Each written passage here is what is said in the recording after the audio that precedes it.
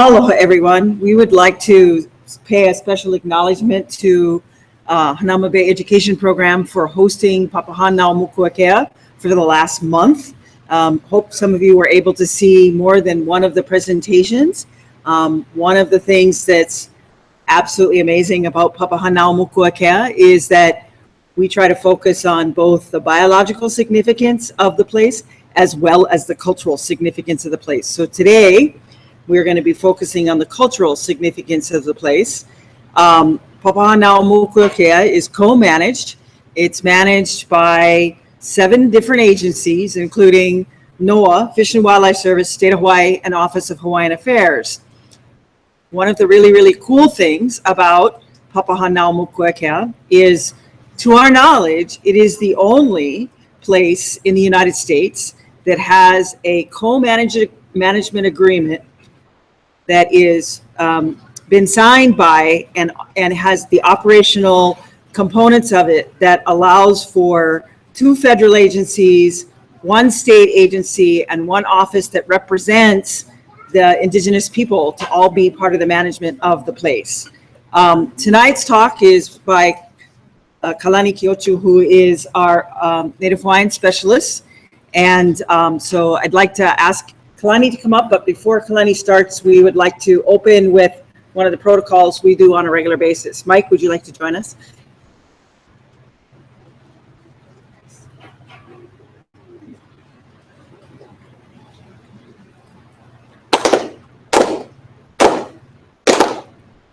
Mai kalai kumuka hilaia velo nai lehu alaia e aloha kama kanilaia o Hawai'i loa kia lahula laia I hola ni ke kuina I hola ni ku. Aloha mai kako. Aloha. Thank you so much for having me. I'm really excited to share about Papahānaumokuākea. As Athleen said, my name is Kalani Quiocho. I'm from Keaukaha in Hilo. Kamehameha grad. Oh my gosh, it's Kapea, buddy. I see a lot of friends and new friends, so aloha, mahalo for coming. I titled my presentation Papahānaumokuākea, taking care of the Kūpuna Islands. And Kūpuna Islands, it's a common nickname, yeah, for the Northwestern Hawaiian Islands. And I was asked to be creative, so I thought, since it's Kūpuna Islands and, we got to take care of the Kūpuna. So it's definitely relevant to my talk. And this is an extended cultural briefing, something that we do regularly for our agency. It's part of our permits going up in the Northwestern Hawaiian Islands into Papahānaumokuākea. But I want to focus on something that is a little bit more not so often heard. There's great research done out there by Kikiloi, and a lot of the material that I'll be sharing is his work. And I'm definitely not an expert on any of this. I'm still a student, and I'm happy to be so. And what better way to keep learning than by teaching, yeah? So before I actually begin the presentation, I want to just honor my kupuna. This is Henry Allen Kahali Alaunimi Alwai. This is my great-grandfather. And I don't have an image of my great-grandmother, but her name is Akenekihi Ilavekela of Kahuai. My grandpa, my tutu man, he was born and raised in Kohala. And between the both of them, they knew over several thousand native plants and their uses. And I was fortunate enough to be raised in part by them. And I can say in many ways, in some ways, I can say that everything I know is because of them. Yeah, when we talk about ancestral knowledge and that generational succession. So since we're talking about Kūpuna Islands, I really had to go back to home and think about, Kūpuna and that source of inspiration and knowledge. So, eola. So, as an indigenous person, whenever I travel around the world, I often think, how do the indigenous peoples of those places view their landscapes, their seascapes, their resources, yeah? It's such an important thing to think about because when thinking about, my home, there's so much value, there's so much mana, there's so much ike, yeah, that is embedded within the land and the sea and its people, yeah, people of place. This is a beautiful image done by Shane Black upon Mauna Kea looking at Mauna Loa in the back, and you can see the spur of fire, the flame of Pele, yeah? A little bit to the right, the downtown Hilo lights, yeah, in the far west. But it's a beautiful image of the worldview and the expanse of our Hawaiian universe. And to begin thinking about, the Papahānaumokuākea, yeah, as a whole. Oa kia nohia Papahānaumokuākea, hanau Hawai'i moku, hanau Maui moku, ho'i ho'oa kia nohia ho'ohoku Kalani, hanau molaka he moku, hanau lana I ka ule he moku, lili o Kūpuna, lua o Papaya ho'ohoku Kalani, ho'i ho'o papanohia wa kia, hanau ahu he moku, hanau kawa'i he moku, hanau ni hau he moku, he ula o ka ho'olave. So some of us may notice, yeah, this is a very, very well-known mele kumuhonua, yeah. A mele kumuhonua is a creation chant, yeah, talking about the source of the world and its being, yeah. And in this chant, mele kumuhonua, also known as Oakea Nohoia Papahānaumoku, we have these two really prominent characters, yeah, Wakea and Papa, yeah, Papahānaumoku and Wakea, commonly known as Papa and Wakea, yeah.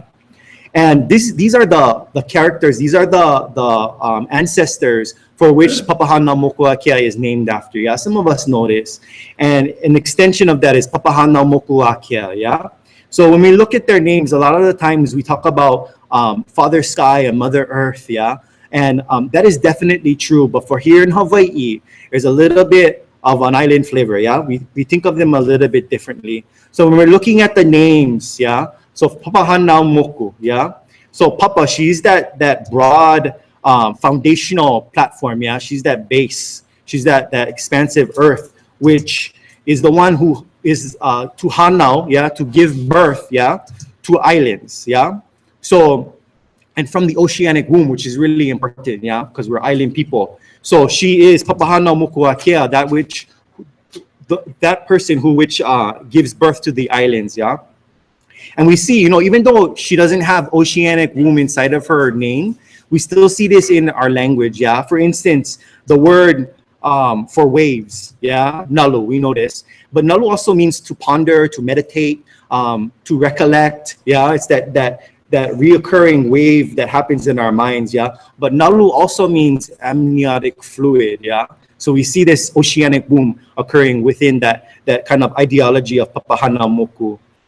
And then for Wakea, yeah, we think of him as that broad, expansive sky, yeah, Sky Father. And when we look at his name, so awesome. So we have these two words, yeah, Wa, yeah. What is Wa? Wa is time, yeah. It's like era, yeah. It's like eons of time. But Wa is also the space between time, yeah. So between 1 and 2, it's that space between 1 and 2.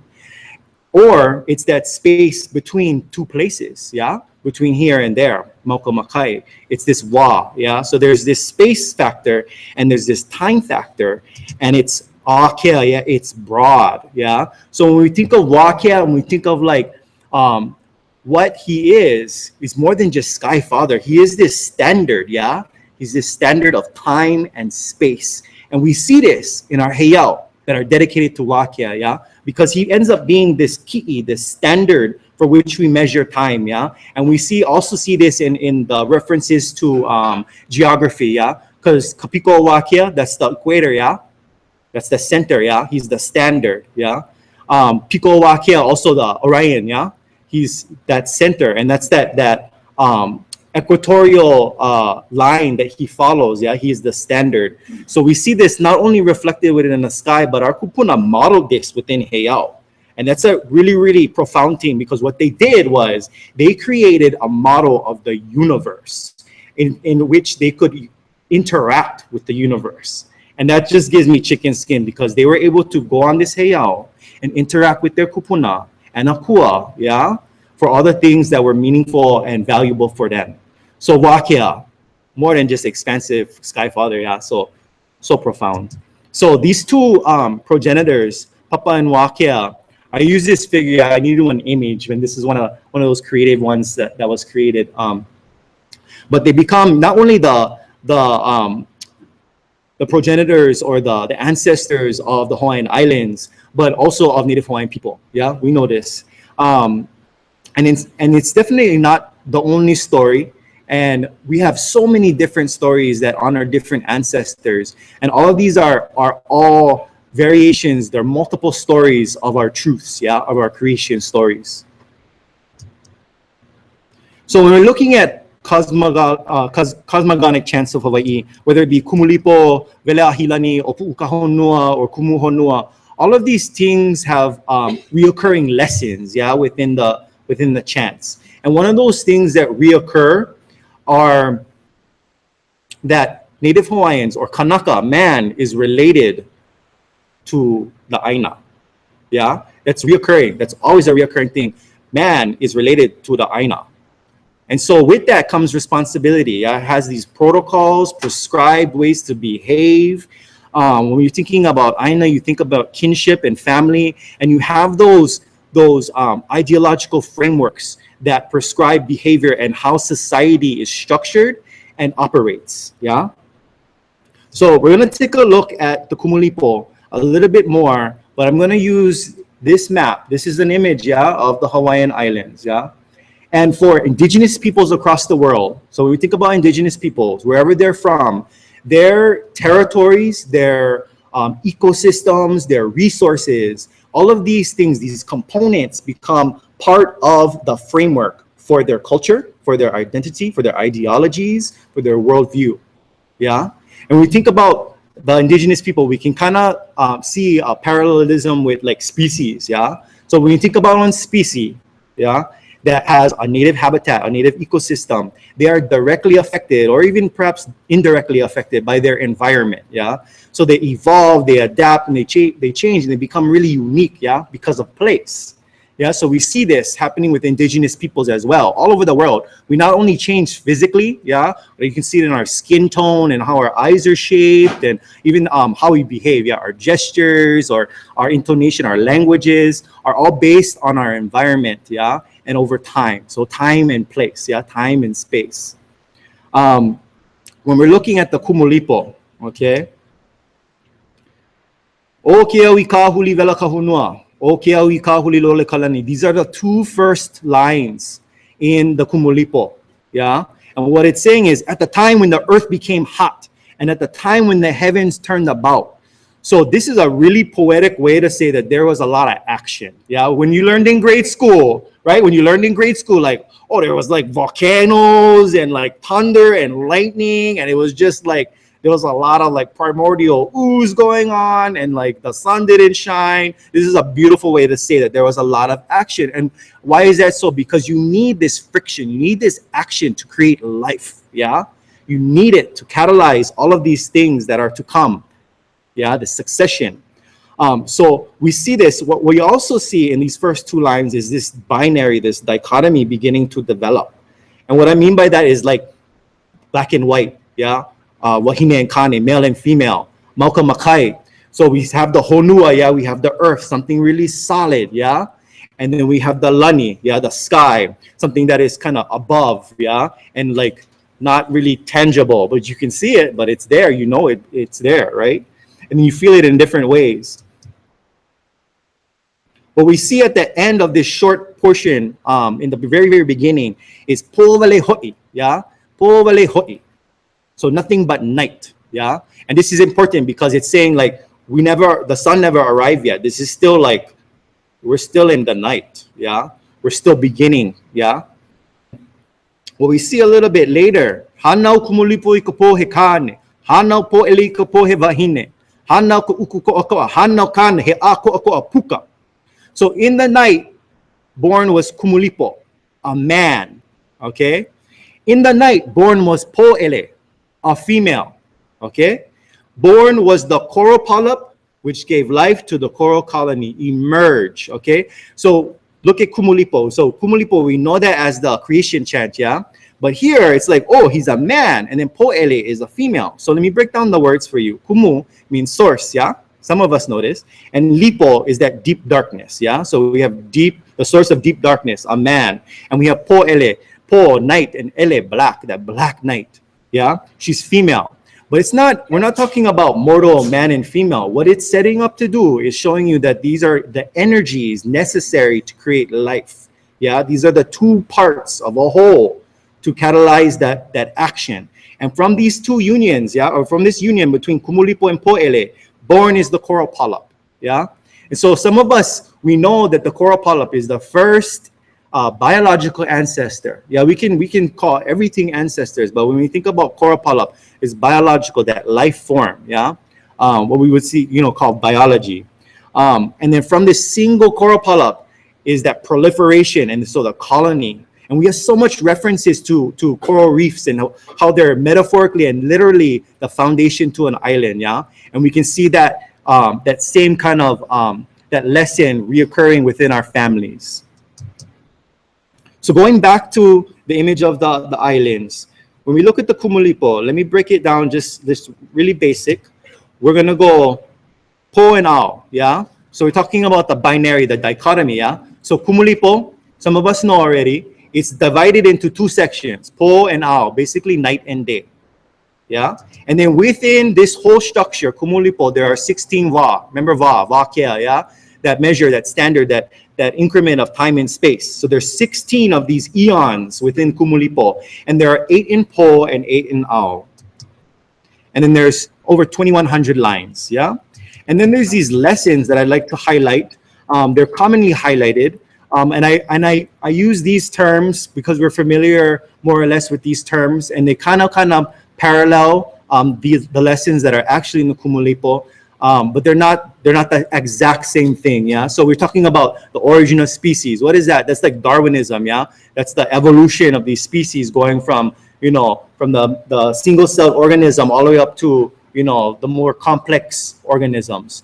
And we see this, yes, to be true, because the coral polyp, very small and seemingly marginal. And then what we see is this succession of more complex beings, And we see this happening and recurring. What we also see in the second bullet below that is traditional ecological knowledge, We know some of this traditional knowledge, but this is pertaining to ecology, And we see this in these pairings that are happening, Mauka Makai. So these pairings, they're born. Everything is born in Kumulipo, Even the male and female energies, they're born. And so the pairings are really cool because they not only have names that are kind of similar, but they may take on some kind of physical similarities as well. And there's so much that we don't know, and we're still learning about why these two were paired. But they're generally Mauka and Makai. So you'll have like a fern up Mauka and a fish in Makai.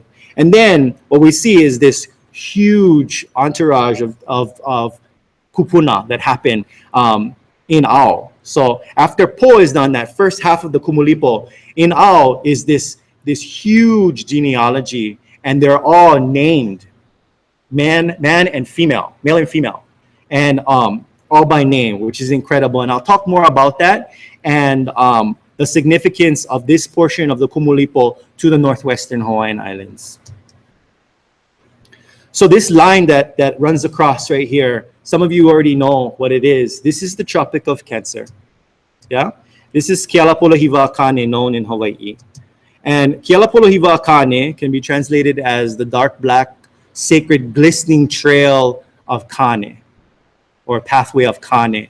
And Kane is that patron god of the sun. And that's really interesting how we talk about the sun and this pathway that's black, dark, glistening like obsidian, and it's sacred. So what we know about the Tropic of Cancer and the sun, this is the northern extent of the sun's movement. And what do I mean by that? I mean, like, anywhere in the tropics, someday in the year, you can observe the sun directly overhead, zenith. But in the temperate regions, north and south of the tropic, or the Tropic of Cancer and Capricorn, you will never observe the sun directly overhead.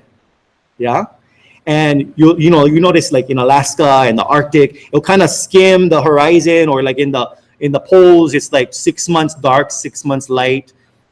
But the sun will never reach zenith, what's called zenith, straight overhead, or in Hawaiian, ho'okui. And this is really, really profound. Okay, and then we can also think of, like, I wish there was a video on this, but when I think of this line, Kealapolohiwa'akane, I think of Kane, that natural phenomenon that Akua, he's proceeding towards Kealapolohiwa'akane, and right when he gets to this line, this northern boundary, he inhales his last breath and exhales his breath. He goes and recedes south. And can you imagine that heat, that mana that he has as the sun? And he does this on an island called Mokumanamana, or also called Ha'ena. Ha'ena. Ha, we know as the breath, and Ena, that sweltering heat. And that gives me that imagery. And this is another diagram that kind of displays the boundaries between the tropics. You can see here this line being the Tropic of Cancer. You can see Hawaii straddling it. And in this crosshair is that island, Mokumanamana, which we'll take a closer look. But here is the equator, also known as Papahānaumokuākea. And this is Kealapolehiwa Kanaloa. The binary tukane, when we're talking about that dichotomy, So looking at Mokumanamana and Nihoa, Nihoa in the yellow triangle and Mokumanamana in the red triangle, we can see that they're the first two islands proceeding from Kauai to the northwesterns, And they're very, very culturally significant. And what we see here is the highest concentration of archaeological sites in Hawaii. There's such a dense collection of archaeological sites. And both of the islands together in area are less than 1 kilometer. That's like less than a square mile. And actually Mokumanamana is about 1/3 of a square kilometer. It's pretty incredible. There's over 140 documented sites. But what we see is that Nihoa is a staging ground to get to Mokumanamana. You can see with the distance from Kauai, the distance from Kauai, you would need some kind of middle ground or middle point, to traject yourself up to Mokumanamana. Po wale ho'i, nothing but night. So we see this referred in the Kumulipo over and over in Po, in that first section of Kumulipo. After each wa, po wale ho'i, it's still night. Even if the animals are being born, there's dogs, there's bats, there's all kinds of things crawling, and some of them are in that progression of evolution. But remember, it's not just about the natural cycles. There's also a lot of politics woven into the Kumulipo. There's a lot of drama. There's this assertion of power and dominance. And some of the arrivals of these organisms, whether they're dogs or chickens or lizards, some of this has to do with the arrival of canoes, with families that identify with these animals, and even food products. And then we see kalamai, and then we see this also at the end of some of the pono, night indeed. And some of us know that pono without the kahakos, without the diacriticals, is the word pono, which means like that. It's so challenging to define, but it has to do with that balance, all that is just and proper and as it should be,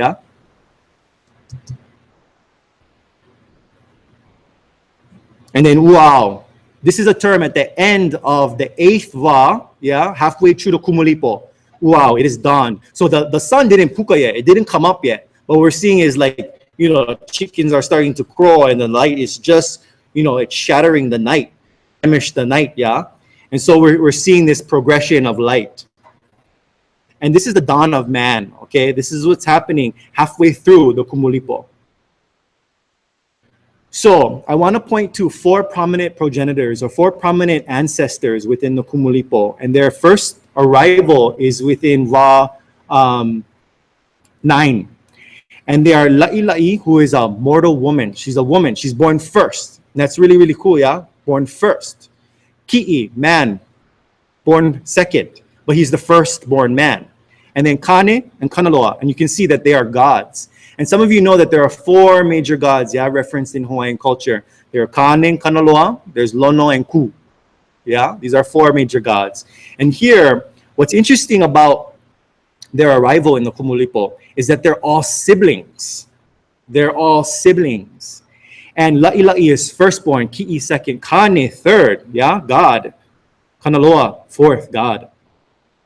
And what's happening in Wa Ava or 9 is this assertion of power. What's gonna really define the social political structure of our chiefdoms, yeah, not kingdoms, but our chiefdoms here in Hawaii, and it really defines the progression of this system.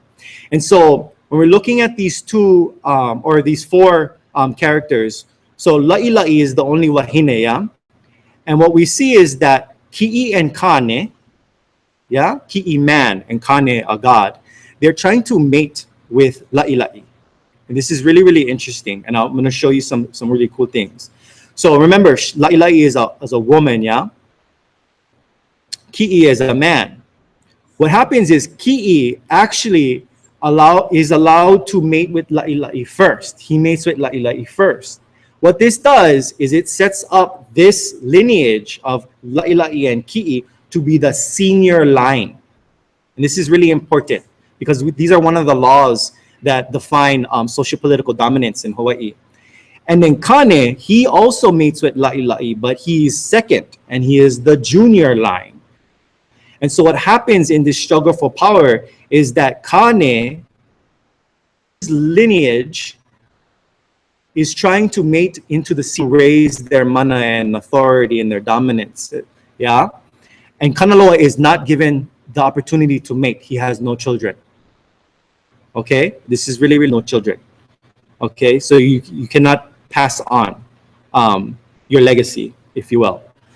So within this, what happens is this drama, finding these lessons, and there are three that are defined by Kekuawa Kikiloi. So these lessons on Hawaiian social power. So it's the law of primogeniture, the royal endogamy, primogeniture is basically the authority or the right to rule because of firstborn son. Okay? Right to rule firstborn son. Royal endogamy is basically incest, but it's incest with an intention, yeah? It's royal endogamy for the assertion and the gaining of mana, yeah? And I'll tell you more about how this is. And then religious use of anthropomorphic images, okay? This is probably the most interesting thing to me because it just like blows my mind to think about the ikena of our Kūpuna, just how they were able to interact with their environment, and the gods, and natural phenomenon. So we're looking at the first lesson, the law of primogeniture. What you see on the top is Ki'i, La'ila'i, Kane, and Kanaloa, who does not mate with La'ila'i, yeah? So Ki'i and La'ila'i mate first, and this is the senior line.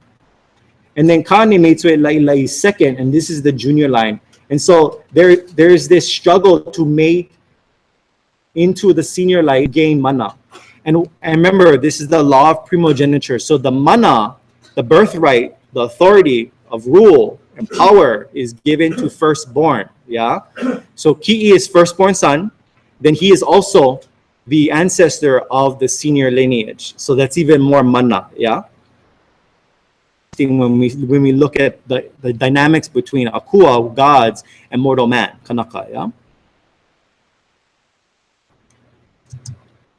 Then there's, using the same graphic, the royal endogamy. So with this, the law of primogeniture, remember, there is another opportunity to gain mana, and it's through the ancestral mating, yeah? When we're looking at the beginnings of time, yeah, the ancestors, to gain mana would be it's kind of like purebreds, yeah? It's to keep that mana so that the divinity of the child becomes elevated like an akua, yeah? So we're raising the birthright of the child by strategic, purposeful, intentional matings within the family, okay? This is royal endogamy.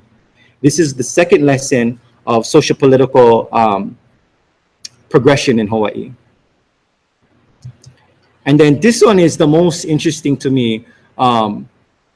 because of there's a lot of language woven into this. So anthropomorphic images, basically anthropomorphic is basically images that take the form of man and also gods, yeah? And these anthropomorphic images are called ki'i or ki'i ki'i meaning image, yeah? Or we also know this in our cousin's language, the Tahitians, to be tiki, yeah? So ki'i means image. It also means to fetch, yeah? And when we think of an image, yeah, the purpose of this image or these images are to encapsulate or to harness or to embody the akua, yeah, the god, okay? And so these images, these ki'ipohaku, are endemic. They're unique to Mokumanamana. They were only found on Mokumanamana. And I'll show you why that Mokumanamana is so important in this whole saga. Images are thought to be images of Kane. Remember, Kealapolohiva Kane, patron god of the sun. And he takes different kinolau, different forms, yeah, natural forms. And one of them, besides the sun, oh, sorry, Uncle, I will take questions after if you don't mind. One of the kinolau or the forms that he also takes is basalt rock and water, yeah? So the sun animates water, yeah? And we know basalt rock to be a conduit, yeah? A retainer of water. So there's all these connections of different embodiments that Kane has. But these forms are definitely male. You see them in the erect penises. They also have a stature that is related to the protocols of Kane. And you can see it on their profile. Basically, they have a hunched neck or a bent neck. It's called kuno. And also the plumpness of their eyes and their lips signify the water. Yeah, the water. And then, of course, the basalt rock, the kinolau of Kane. But what's interesting is that when we look at the anthropomorphic images, yeah, they're called ki'i, yeah? Remember, this character, ki'i. Ki'i, image of man. It means image of man, or sorry, ki'i means image of God. Yeah, an image, a statue of God. But here, the character ki'i, whose name means image of God, is a mortal man. And then Kane, yes, this akua named Kane. We know him by many forms. He means mortal man. His name means man, but he is a god. And so what happens in this drama, this saga, is that ki'i actually wins. He is able to create the ki'i, yeah? The ki'i which encapsulates, which embodies or harnesses Kane.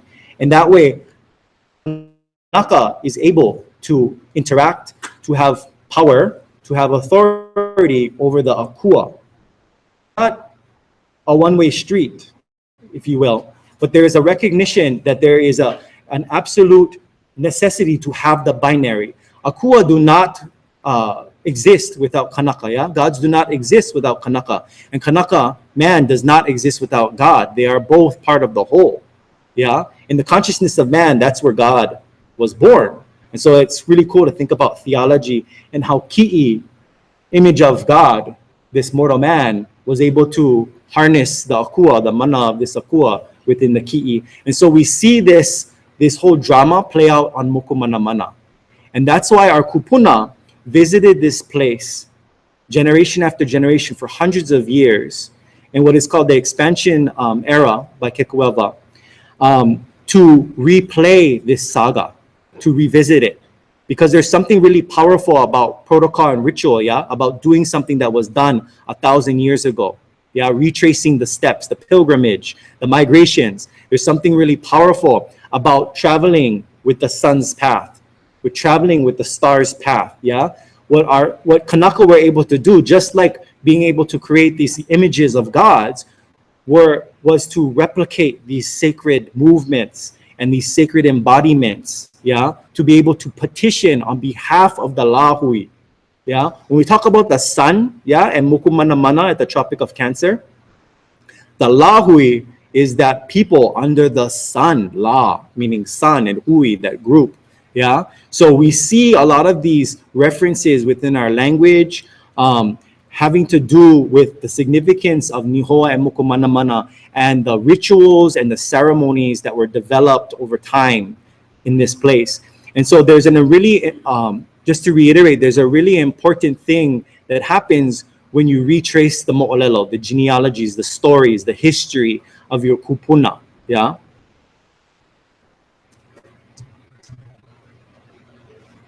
Puka, emerge. So what we see here, a little bit later in Ao, is that the sun actually emerges, yeah? And no longer is this drama occurring at dawn, but now you have this proliferation of genealogies coming forth. The ones that I was talking about earlier, all by name, hundreds of lines of kupuna, puka. This is also a verb that's connected to the action of the sun when it comes above the horizon. It puka, yeah? It comes forth, it emerges. It's also, when you think about like a child being born, yeah, it pukas, yeah, or it puka. So when we think about, this is a picture of Nihoa. If any of you know the Olalang na Iao, Kupaku, Kapali o Nihoa, Kapali Kamakani o Nihoa, these are the famed cliffs of Nihoa. That Olalang na Iao talks about how these prominent cliffs stand in the face of the winds. This is the north side of Nihoa. And if you remember on the map, Nihoa was about halfway from Kauai to Mokumanamanaya. This island was so significant as a staging point to be able to perform the ceremonies that were prescribed for Mokumanamanaya. Moku, island, mana, the exponential source of mana. So Nihoa, yeah, one of the meanings of Nihoa is toothed or jagged. Yeah, we see that here. Niho being tooth. So Nihoa was definitely an important component to this succession of kupuna. And one other name of Nihoa is Nihoa Kuhikuhipu'one. And Kuhikuhipu'one is a qualifier that was a way that we describe a certain class of kahuna that were in charge of for erecting temples, where temples should be erected. Yeah, this is really important when we're thinking about chiefdoms and the partnership that ali'i, yeah, chiefs, and kahuna, priests, had. So we can think about Nihoa, the chief, which is Mokumanamana. These metaphors playing out within our sacred geography of Hawaii, yeah, and how our kupuna interacted with this sacred space. On Nihoa, you'll find that there are many more habitation sites. You'll find that there's a lot of evidence of staging. There are freshwater drips that have strategically placed bowls before they were collected, but there were stone bowls that were carved to collect massive amounts of water. In fact, in the trip last summer, some of my colleagues traveled up there and were able to clear out one of these basins. And over a 24-hour period, it collected 7 to 9 gallons of water. Amazing. And they actually were able to drink it. Nobody, considering all of the birds on the islands, which is so incredible because that's just one island. We have a lot of theories as far as how the island was used. Cultural terraces located on the island, and they didn't grow lo'i, they didn't grow taro. What they grew were uwala, sweet potatoes. It wasn't prime conditions for sweet potato, but sweet potato is very enduring. You see a lot of these examples on the Kohala coastline where the terraced fields are stratified, or they follow the rain gradient of the Kohala mountains. And so you can imagine that this is kind of a smaller, more extreme scale of that same ancestral ingenuity of agriculture on this mainly, resourceless island. Very akamai, they're very, very smart, yeah. So this is the backside of Nihoa, and I don't have a photo of the foreside, but it's a beautiful amphitheater. This is a structure. So what we also see in the prescribed protocols of chiefly power is the assertion of power in the establishment of heiau, or temples.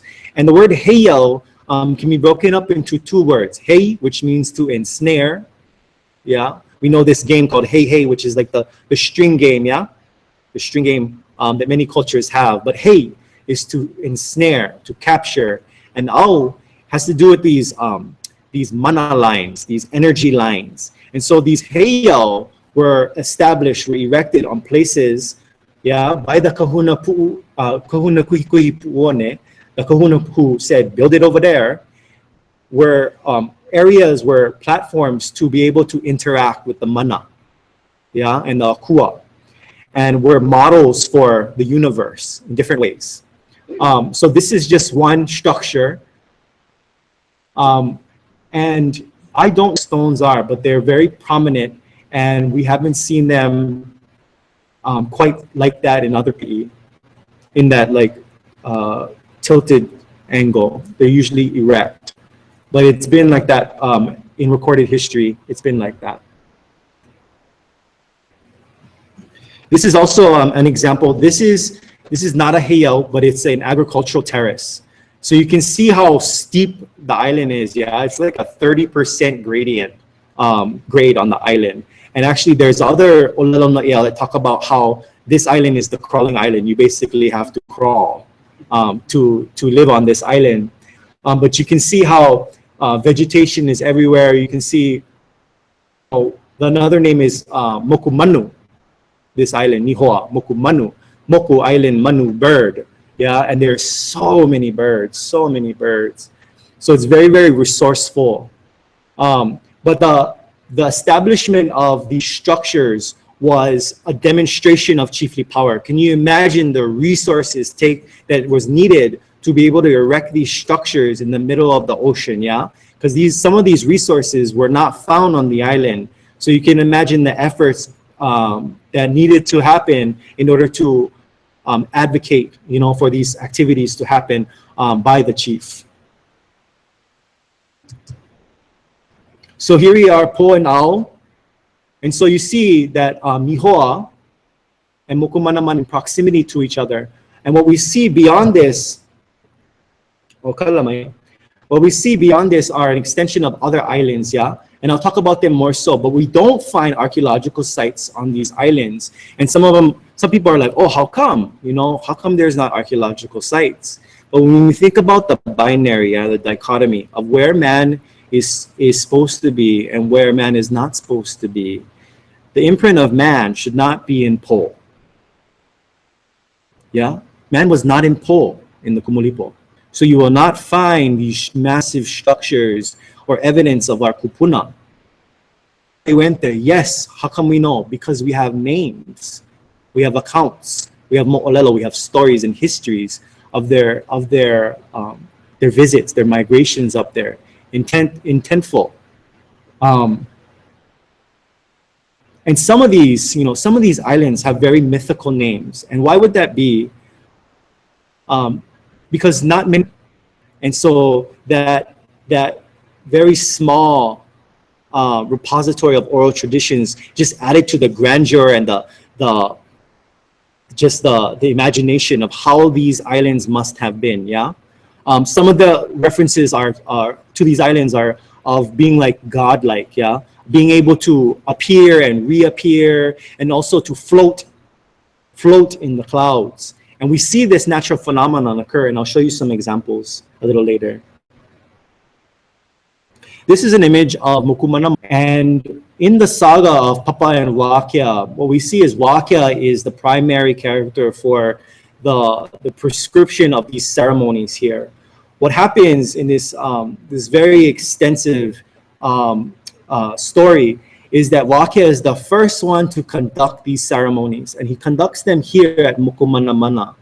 And in fact, Mokumanamana is likened to that of his right hand. And the right hand is important because it's part of the protocols to conduct the ceremony. So you can see that there are prominent hills on this island, yeah, on Mokumanamana. There are 5 named prominent hills to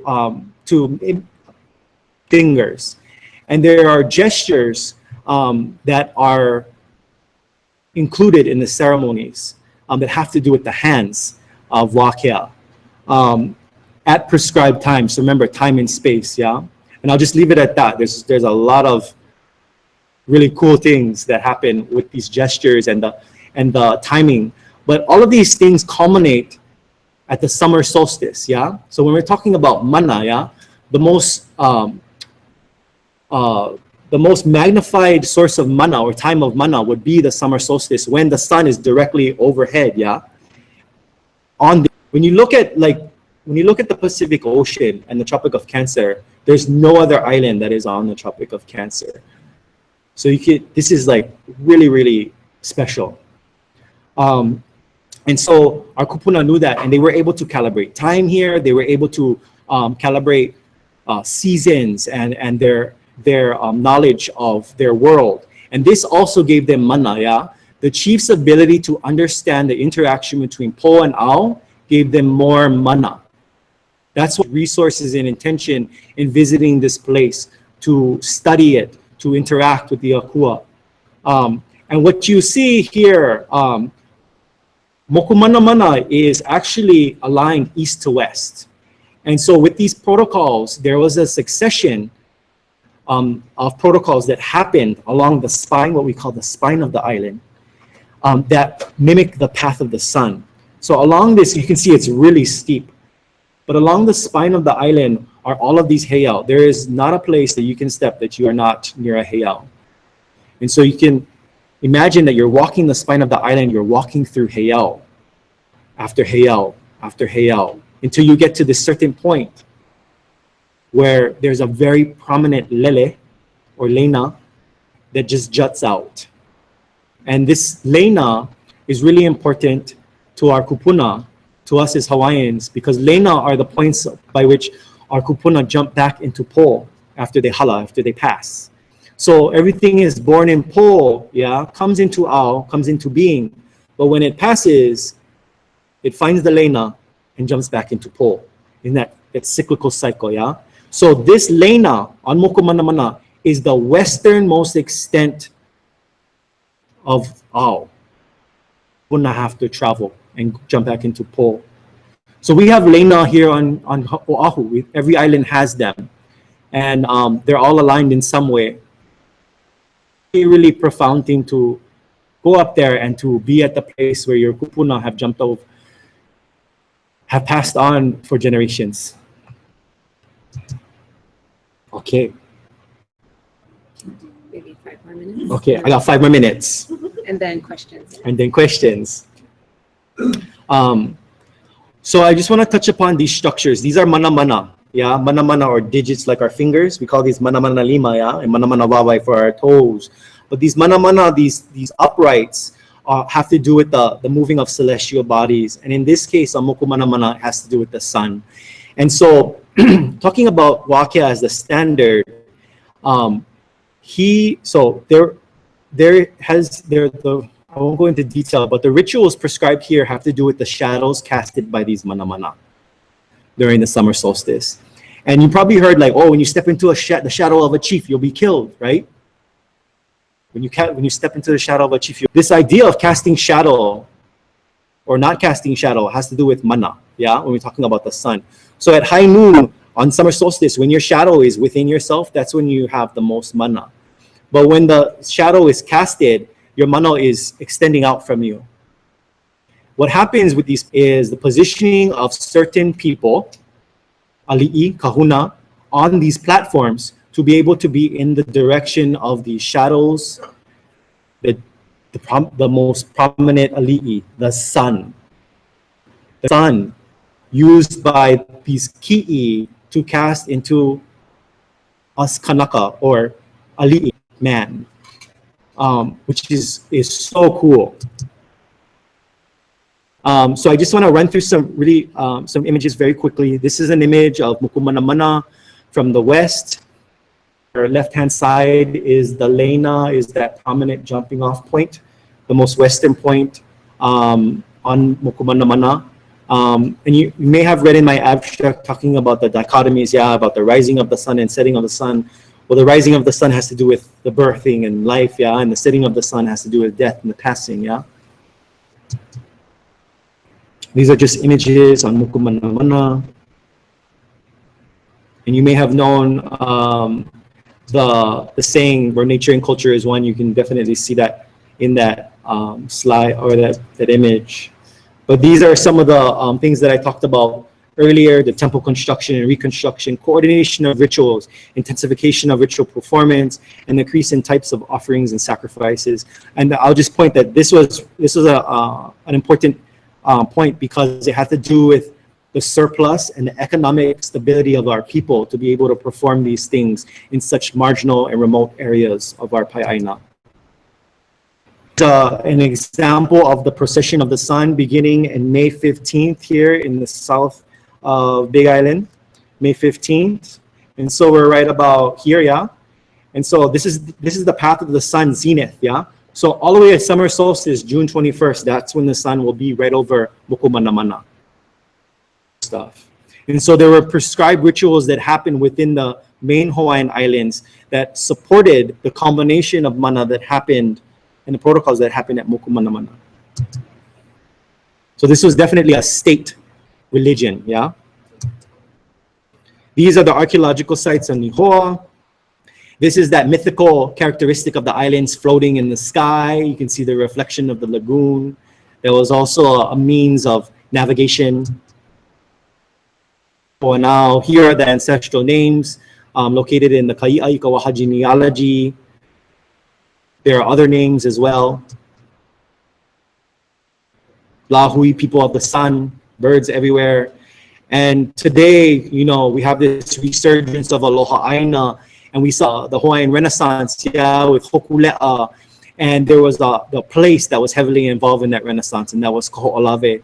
And now we're seeing in this time a different kind of Renaissance, a resurgence perhaps that Kekuewa calls, that's happening around Papahānaumokuākea.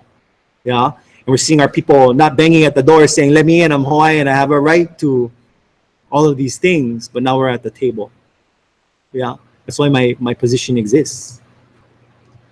So all these notions of Malama, these are some of the images of the current activities that are happening up there. Oh my gosh, Aina Momonaya, abundance. Look at those up here.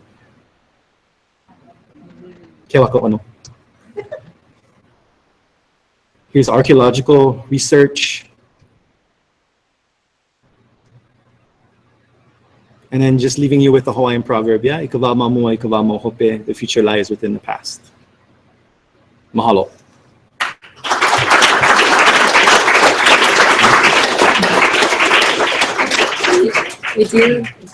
We do have some time for questions. If anyone has questions for Kalani. Yes, Uncle. Yes. Oh, mahalo. Mm. Yes. Yes. Mm. Mm.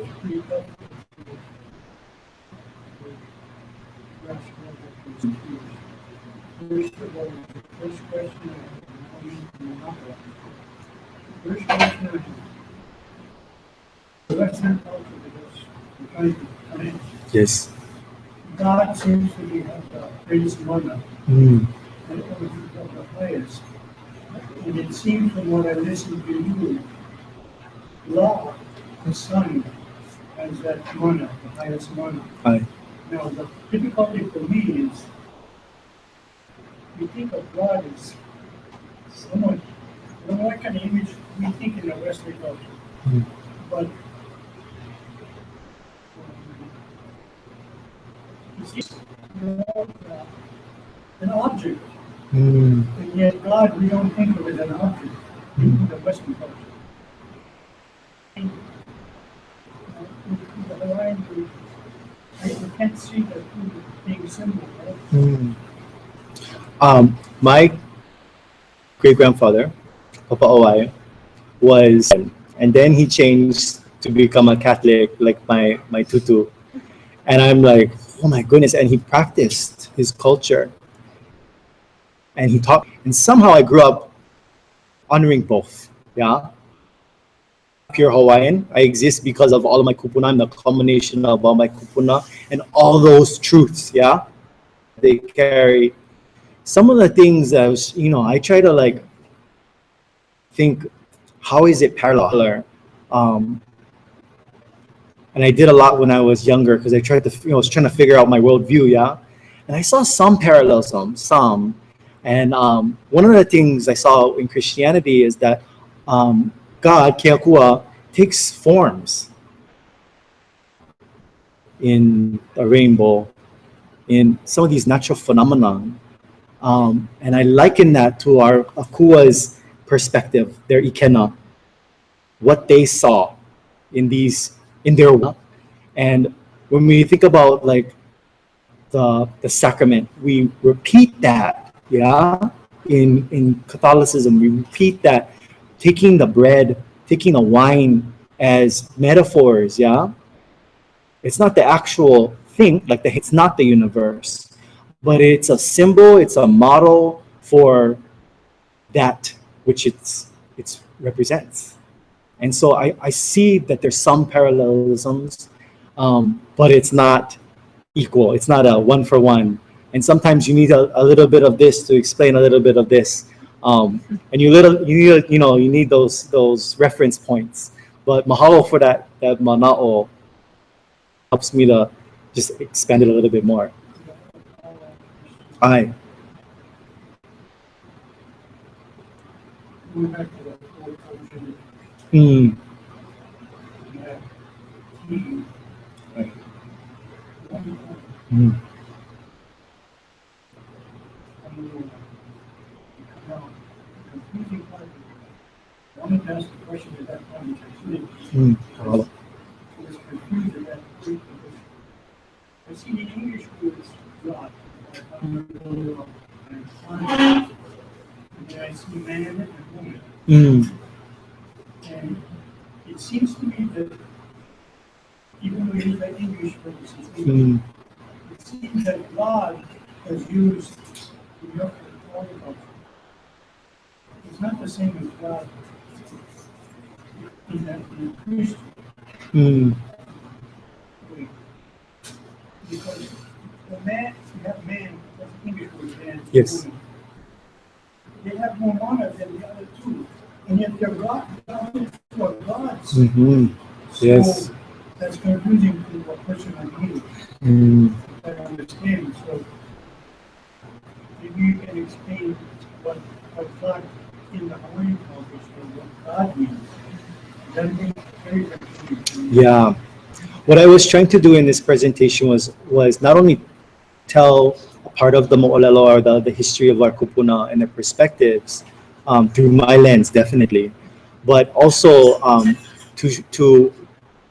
to highlight that there's this other side of the story. Yeah, when we think about religion, it's not mere mortal honoring God. We have a kuleana, we have a right, a privilege, an honor. We we are here. Yeah, we have an important role in the relationship between and God. Yeah, just like man and wife. Yeah, that metaphor is used in Christianity. Yeah, when we talk about God and man and the wife and the husband. Yeah, and it's this partnership that is necessary. It was really cool because like we read like Hawaiian newspapers or the accounts of Malo and Kamakau, these really famed Hawaiian historians in the 1800s. They talk about how like because they were alive when the overthrow, not the overthrow, but the what is it called?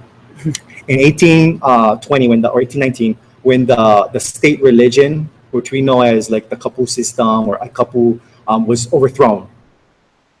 Like ceased to exist or not ceased to exist, but it was trumped, basically. Trumped. It was Let's just say stopped. it was stopped. Yeah, it just Practice. stopped. Yeah. And then so it stopped. And then that people, the reason why people stopped believing in the four akua and more was because they saw that the akua, this is just one manao, they saw that the akua did not have any more authority. And they saw this demonstrated because the Lahui Hawaiians were dying by the thousands. And so the mana was leaving, the mana of these akua were leaving. And they saw the mana in this Christian god to be very, very prominent, They easily switched. Now, why did they do that? They did that before, too. When their akua, their Hawaiian akua, was not giving them the mana, was not elevating them, was not providing for them, they easily just was like, Same thing with marriage, We didn't have it today. Back then, we had this thing like ho'ao, which means to try. So we tried, and when we don't like try anymore, we'll try something else. So it's a different kind of like worldview and thinking, and like relating with people and place. But it definitely didn't mean that akua. I didn't mean to say that akua were not sacred or prominent in Hawaiian culture. Definitely not. But to show that there was always this struggle between the binary, the dichotomy, and you see this like, with birth order, So Kamehameha, for instance, he comes from the junior line, but he was trying to, get that mana, in various ways through royal endogamy, through marriage, through the birthing of his children, but also through force, There's different ways to mana. Yes.